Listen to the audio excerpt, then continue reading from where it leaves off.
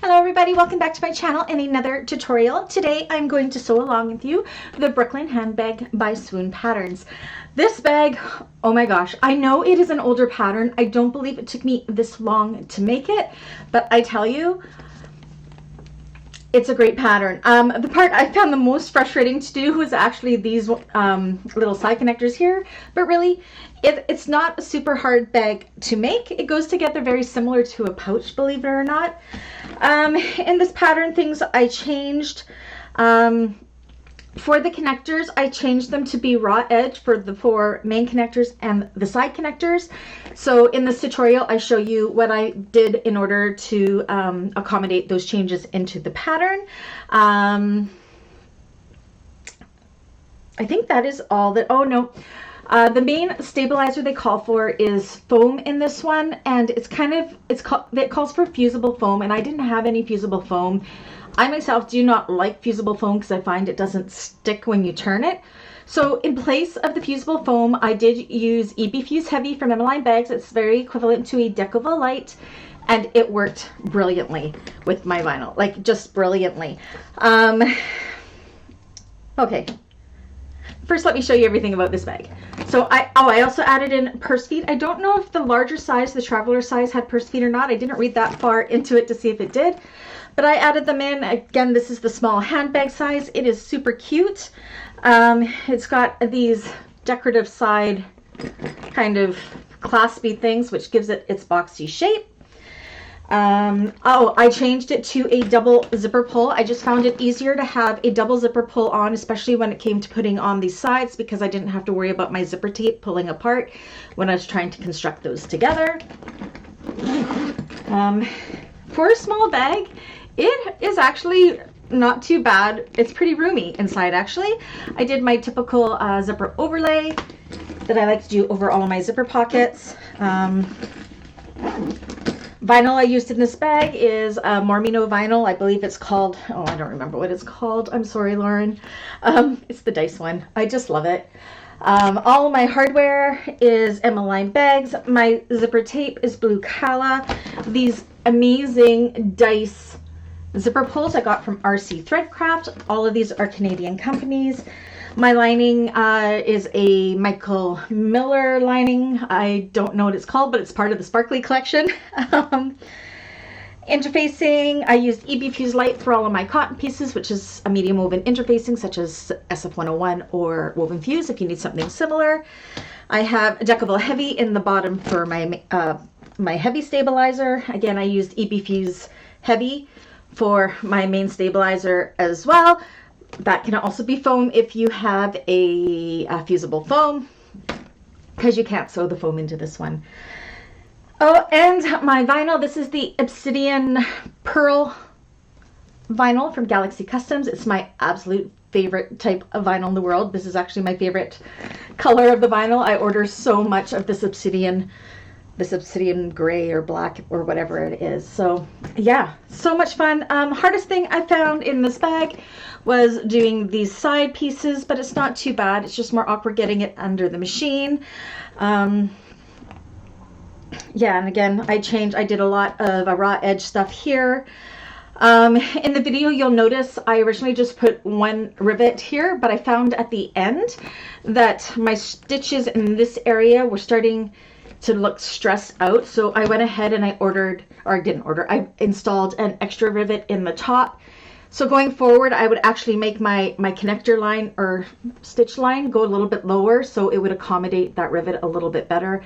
I ended up riveting it through the whole thing. You'll see that near the end of the video. So when you get to the part where you see me doing just the one, keep in mind that I've discovered two is better than one. So what else?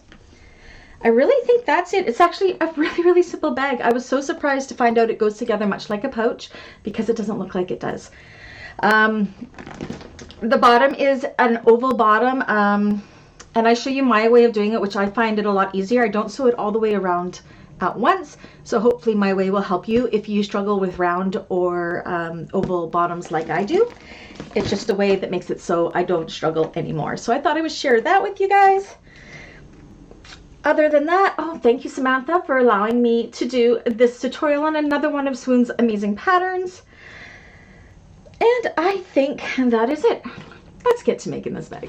I almost forgot to mention in that intro, this is actually part of our November 2022 Sew Along class on the membership side. This is the Thursday bag that we will be making. So if you want a slowed down version, real time, 8 hours or so worth of video, you can definitely join us over there to see that. Also have another tier that I have offered for just replays of the sew alongs that get released 6 months after the classes. So this one will be released in November, December, January, February, March, April, May. So in May, we'll be in that lower tier if you decide to do that on the membership side, or you can hop in and subscribe to the Thursday tier, and you'll be able to see that. You could do it just for the month if you wanted to. Anyways, I just wanted to let you guys know that there is that option as well.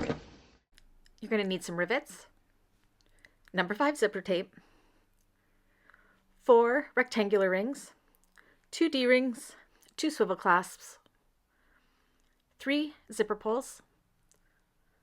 I need 5 purse feet. I only show 4 there, 4 strap ends, and your nameplate. I'm also going to be doing a lot of edge painting in this as I'm changing the connectors to raw edge. So I like to use Giardini edge paint. You're going to need your 2 bottom pieces, your lining and your exterior, the exterior with the Peltex outside of the seam allowances, your 2 lining and 2 exterior main panels with your EBFuse or Decovil Heavy outside of the seam allowances, your zipper pocket panel piece, your bottom overlay pieces, both of your handles, your D-ring connector. Now you're going to take your side connectors like this and have a large piece of the same vinyl that you can put these on top. I'll get to that later, what we're going to be doing there. Same with your main connectors, cut out 4 of them, and then another piece of vinyl that will accommodate putting 4 more on. I'm going to do my zipper overlay, and right now I'm going to go ahead off camera and do my handles. If you need a class, that's down in the playlist below. Okay, so because I want to do these raw edge, I took my pattern piece and I kind of made my ends, rather than being cut off, I extended them into triangles and cut them that way. I'm going to take the 2 connector pieces that I cut out from my adjusted pattern piece, and I'm going to put them wrong sides together on top of my piece of vinyl here. Now for these ones, I'm going to go ahead and I am going to top stitch these with a 1/4 of an inch seam allowance. I've done the same thing with my smaller connectors here. I'm doing them with an 1/8 of an inch seam allowance, but I will be sewing over those same lines. If you do not like to follow stitch lines that way, then for the 4 connector pieces for the handles, you can try to top stitch them at a 1/4 of an inch seam allowance, and then you can sew the 1/8 of an inch seam allowance when we attach them to the bag. In this video, I'm going to be just going over top of the 1/8 inch seam allowance because that is my preference. So again, for these side connectors, it is a 1/4 of an inch. Now you want to make sure your bobbin thread looks good too, because it will show through on both sides.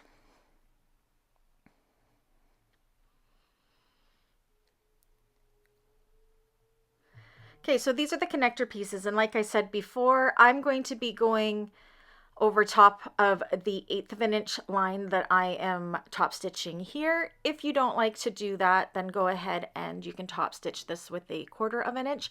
My only worry is that when you go to edge paint it, the vinyl will not lay flush enough together to be able to edge paint it. So I strongly urge you to do it the way I'm going to do it, as I find that it'll just be easier when it comes to the edge painting part. So go ahead and do that with all 4. Now with these side connectors, we want to get as close as we possibly can to that stitch line. So it gets like a 1/16 of an inch to that stitch line without cutting the stitches.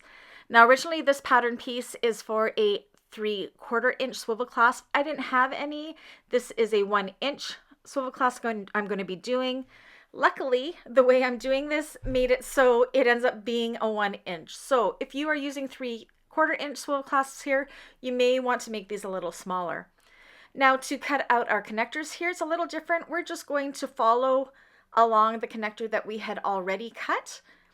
and just make it so they are nice and even. We're not cutting into the connector that we had already cut. We're just using it to cut around.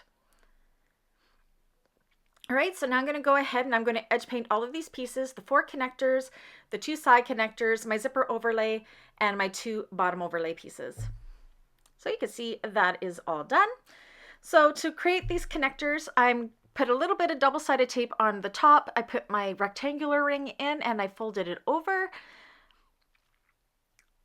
Now on one of my main exterior pieces, I am using my pattern piece for my placement. I've just put a little slit at the top of the placement thing, drawing a line, and that is where the fold of my connector is going to lie up against. So I added a little bit more double-sided tape and I'm lining up my fold where my connector is, or my rectangular ring is. I'm putting it right up against that line.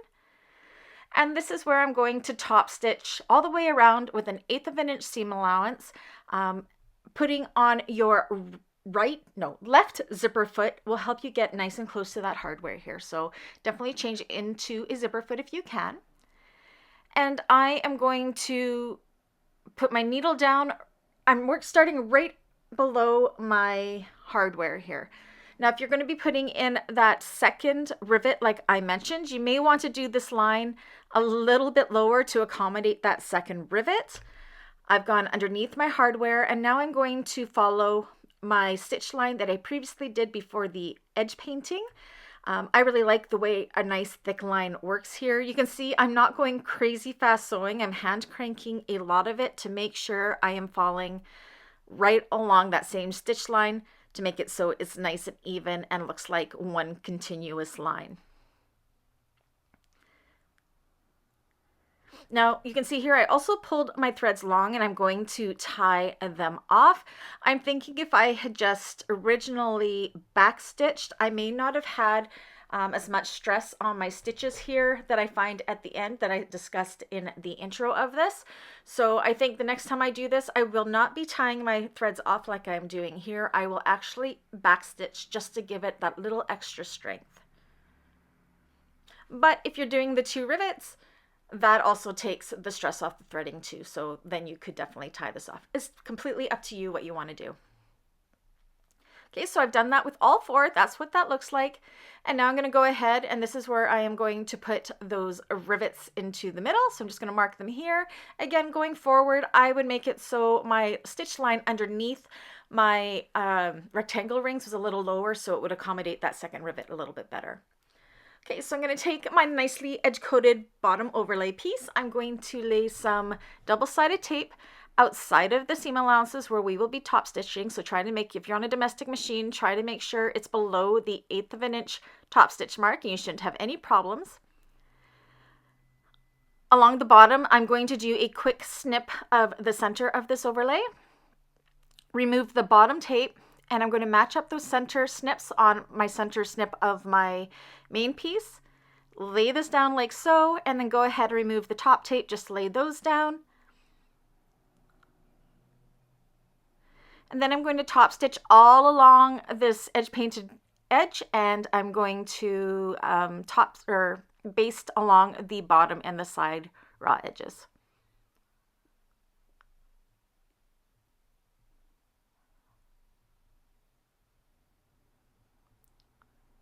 At this point, I still have my left side zipper foot on. I find it really easy to just line up the presser foot right up against where that top stitch or that top of this overlay is to get a nice and even line. It just gives me a little bit more visual to make sure I'm keeping that top stitch nice and even along here.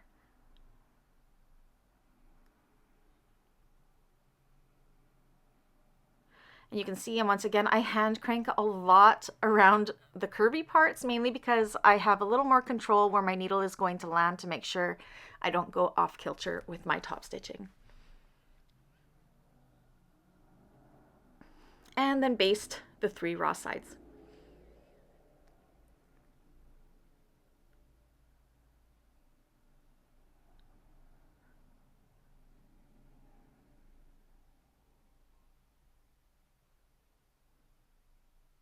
Okay, so that is done on both. I also forgot to mention that I put some Decovil heavy scraps in behind my rivets, and I also went ahead and did my nameplate. Now, if you're going to do a crossbody strap, this is where you'd use your pattern piece for your placement of the crossbody connectors. Now I'm going to add in some purse feet. These are not in the pattern, so I measured in 2 inches from the sides and 1.5 inches down. And made my marks, and then I decided last minute to go ahead and put one in the middle as well. If you need a class on how to install those purse feet, it's down below in the description. Okay, and I like to put a little bit of duct tape over top of the prongs for a little extra security. Now we are going to work on our bottom connector pieces. So I'm going to use double-sided tape here. Again, if your machine does not like double-sided tape, go ahead and use clips. I've already drawn my center line, and I'm going to fold these edges down into that center line. And then I'm going to top stitch along those folded edges with 1/8 of an inch seam allowance. Once that is done, fold this in half, wrong sides together, and snip it in half. Use a little bit of a double-sided tape on one of the short ends of both of these.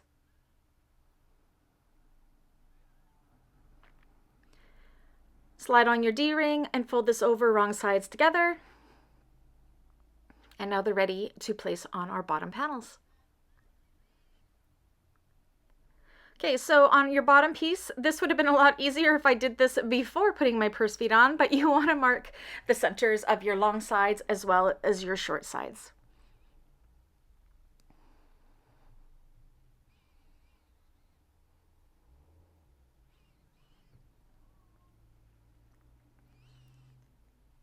Now it's very important to make sure that your snips are centered. See, I wasn't quite centered here. That would have made my bag all wonky, so I'm correcting that. And now I'm going to take my connector so the D-ring is pointing in towards the center of the bottom and clipping these nice and centered like so, and then going and basting these in place. Now that that's done, I have already done my lining zipper pocket panel with my overlay. If you need a class for that, that's down below in the description. And now you're going to see how this goes together like a pouch. Now I've done this a little different in the pattern. I've made my tape super long, longer than the pattern piece, and I have done little tack stitches on the end of my zippers to make sure my zipper pulls do not slide off that zipper. Now go ahead and use clips instead of double-sided tape if you prefer, but I have my lining piece right side up. I'm taking my zipper tape and I'm going to stick this down like so. You want to have some overhang, and I am going to make sure my zipper pulls are hanging way off so they don't get in the way of my stitching. Taking my exterior back piece, using a little bit of double-sided tape, and then I'm going to put it right sides together with my lining and my zipper tape. Now remember, the lining and zipper tape are both right sides up, and my exterior piece is right side down. If you were doing this with just one pull, you would want to make sure that your pull is closing to the left. Go ahead and stitch this with 1/4 of an inch seam allowance. Now I'm going to go ahead and change from my left zipper foot to my right zipper foot here. And this just helps ensure that you're going to have a nice even stitch for a nice straight zipper.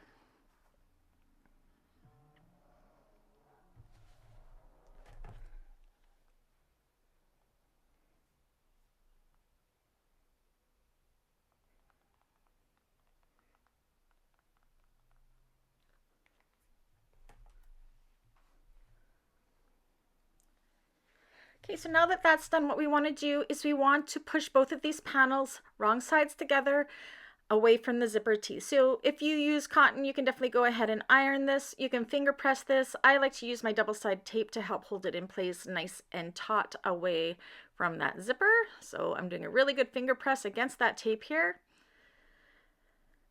Flipping it over, doing the same with the lining part.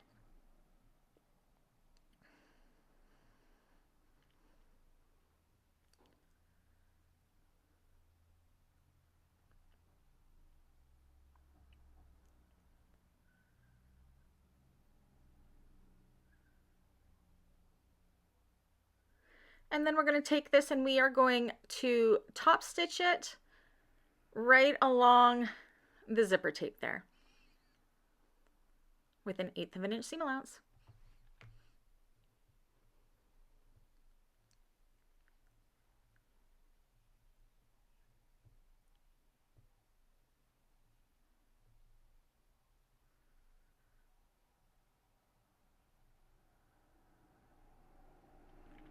You're going to repeat the exact same thing with the other side of the zipper tape and the other two lining and main panel pieces. All right, now that that is all done, you can pull your zipper pulls into the center like so. Still leave your zipper tape hanging out at the sides like we are. We're going to bring the exteriors right sides together. I'm just going to put a clip in the center to hold it in place. You're going to line up just the sides of these, making sure your zipper tape is staying out of the way. We do not want to be sewing through that. Make sure your overlays match up and put a clip there. And then go ahead and clip the rest of that side, evenly distributing that fabric.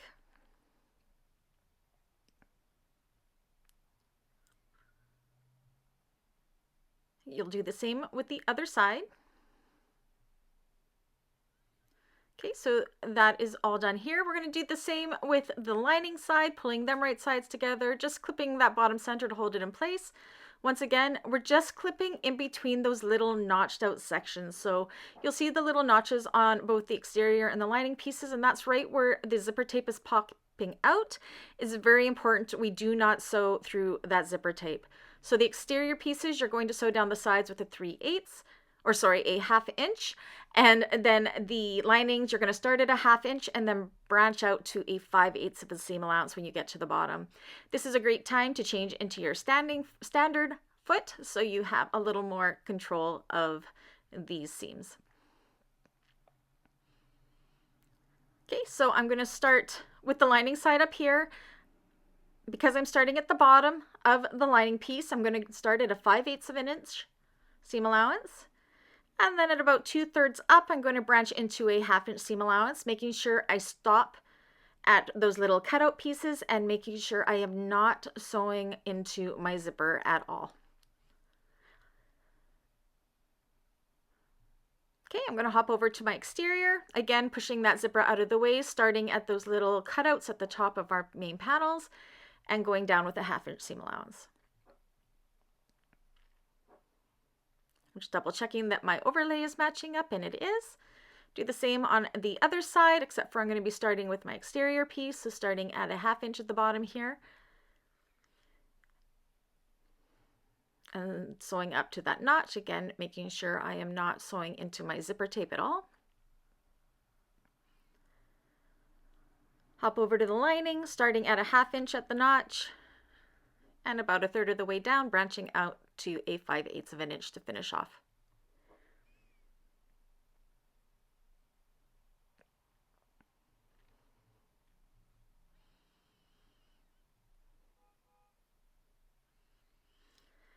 Okay, so make sure you did not sew into your zipper. I'm good, so there's the holes right in the side there. That's what we want. Go ahead and open up your zipper, and just so we remember to do it later.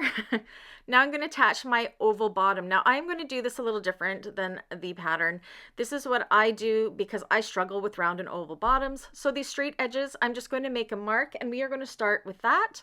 So I'm matching up the center of my exterior with the center bottom mark of my main exterior, and just clipping along that straight edge of the oval bottom from in between those marks that I made. And I'm going to just sew in between those marks with a 1/2 inch seam allowance. So we're not worrying about doing the curvy sections just yet. We're only working along the side, kind of straightish edges of our bottom pieces. This is just a technique that works for me. I find oval bottoms difficult and frustrating, and this is just how I got over it.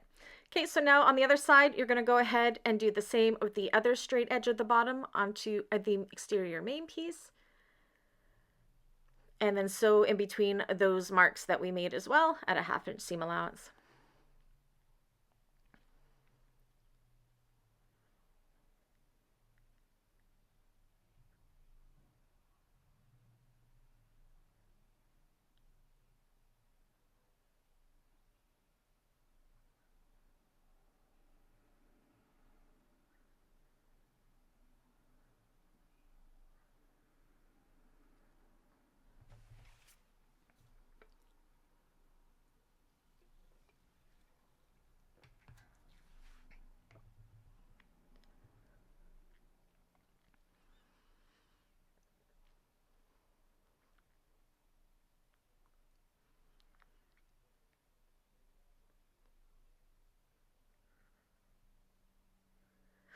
Okay, so now that those are kind of stable in place, now we can go ahead and match up the center of our connector with our center seam like so.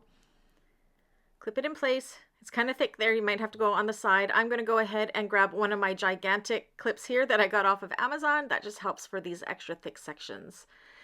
And then in between where we had stitched and those center lines, evenly distribute that fabric around the curve.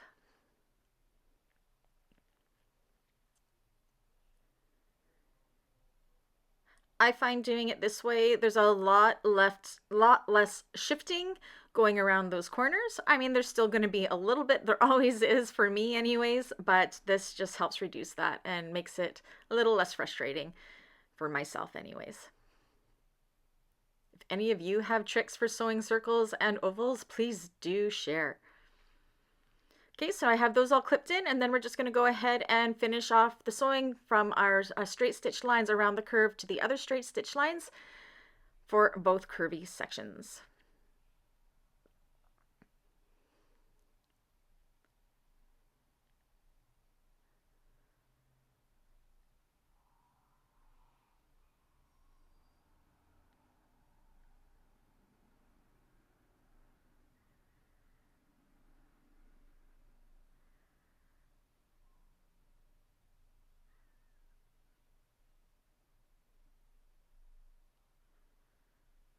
That's one side done.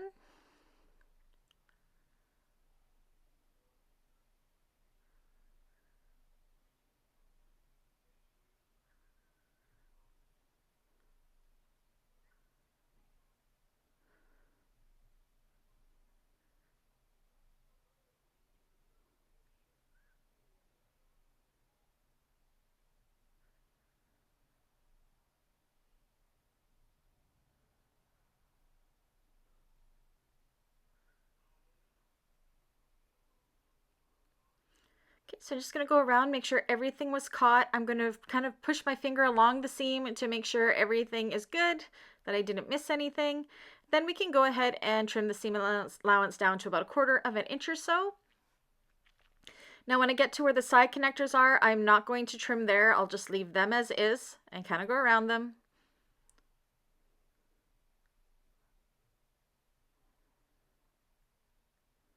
And that's our exterior bottom done. Now when it comes to turning this bag, I do it a little different than the pattern. This one, in the pattern, it turns through the side of the lining. I don't want to do that. I have a different way that I'm going to show you now. So I'm going to take my lining bottom piece. We're going to do exactly like we did with the exterior, but we are only going to sew one side on for now. So once again, find your centers, and we are just going to sew one of the straight edges on for now.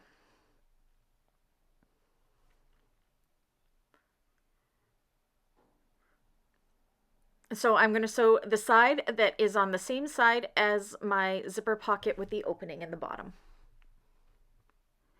And of course, we're going to go ahead and we are going to sew this with a 5/8 of an inch seam allowance. Okay, so that is like that. We're going to leave this like this for now. Go ahead and turn your bag right side out.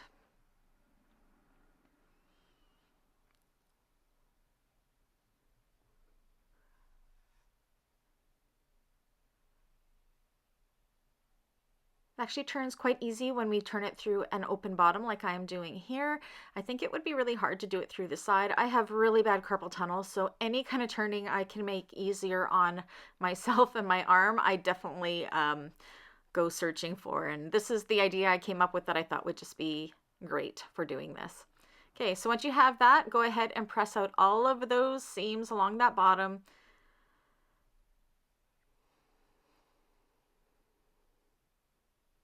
Now you'll find for this bottom seam, you're going to have to do a lot of massaging for a while to make sure it gets into place. It will settle eventually, I promise.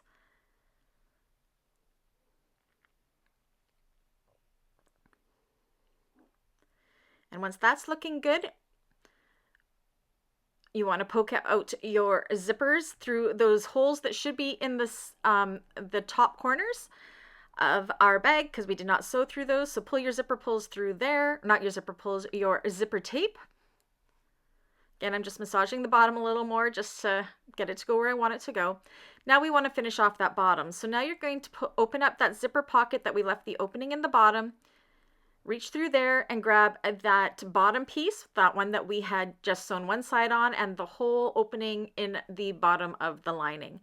And now what we're going to do is attach this lining the rest of the way exactly like we did with the exterior, except for we are doing it through the zipper pocket. This is going to give a nice seamless lining where there are no ridges for where we were closing up the hole. It's perfect.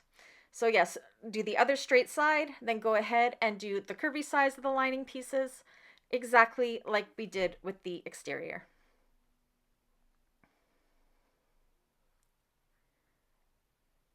So now that that's done, you can see, go ahead and stuff that back in through that zipper pocket. Double check that you got everything, there's no holes, and then all that's left to do here is to make sure your raw edges of your zipper pocket are turned under, clip in place, and then top stitch this closed. Stuff your zipper pocket lining back in. Look, we're so close to being done. Now we are coming upon the part that I found the hardest of this bag. And it's more that it's finicky than it is hard. So we want to install our side connector pieces here. So again, I did mine a little different because I am doing raw edge. So I'm just going to use a little bit of double-sided tape outside of the seam allowances where I'm going to be sewing. Put on your swivel clasp. Again, I used 1-inch swivel clasp, fit perfectly. Bring it to the center of those connectors. And then this is where you're going to have to use your eyes a little bit and maybe a little bit of measuring. So you can cut the excess tape off like so. And this is almost like when you're boxing corners from the wrong side, you want to make sure there's equal amounts of fabrics to the left and to the right of the middle of your zipper. And then I'm just going to use the tape here just to kind of put it in place where it wants to go. Now the pointy sides of our connector piece here, you almost want to run in line with those triangles that we've kind of formed there. Once you have that in place, bring up the back side and put them kind of wrong sides together, nice and even, and use some clips to hold that in place for now.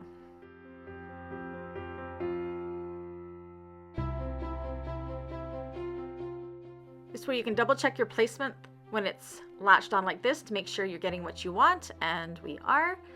Now before we sew this, we want to make sure that we have our lining tucked into those triangular folds as well. You don't want your lining hanging down. This will make it nice and tight right there. So kind of tuck your lining up into that triangle, almost box corner type fold, and use clips to hold it all in place. Once you're happy with that, we are going to go and try to fit this underneath our machine, and we're going to top stitch 1/8 of an inch away from the other top stitch seams that we had did when we did our edge painting. So I'm changing back into my left-handed zipper foot again. Again, this is to get nice and close to that hardware.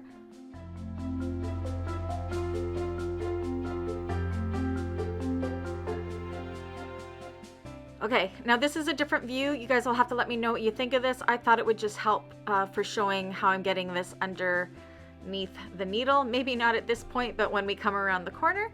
So I'm just starting at the top, 1/8 of an inch away from our other 1/8 of an inch top stitch seam here.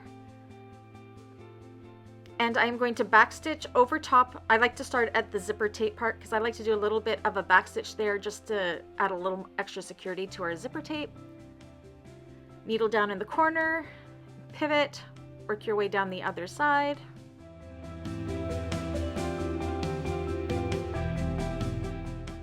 And this is where that zipper foot comes in handy because I can go right up next to my hardware there. Make sure you grab a scrap piece of vinyl or something to put underneath your walking foot to protect your vinyl as well as your hardware.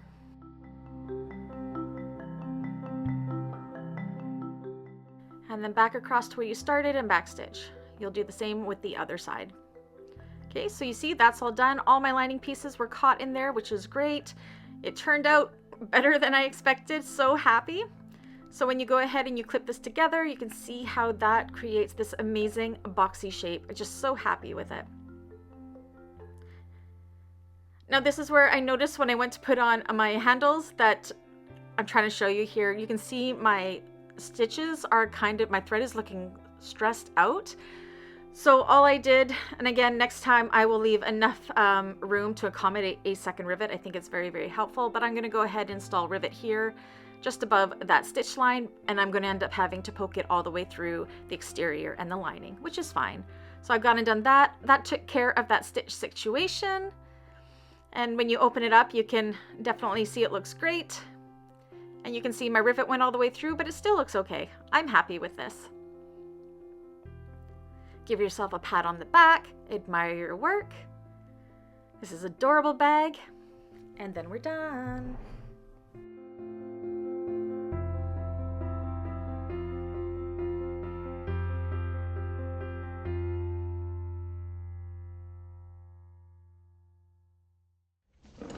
All right, that's it. That's all. See, it's an amazing little bag to sew. Like, the construction super surprised me, and yeah, I can't wait to make more. The small size, I just love it. It's so good.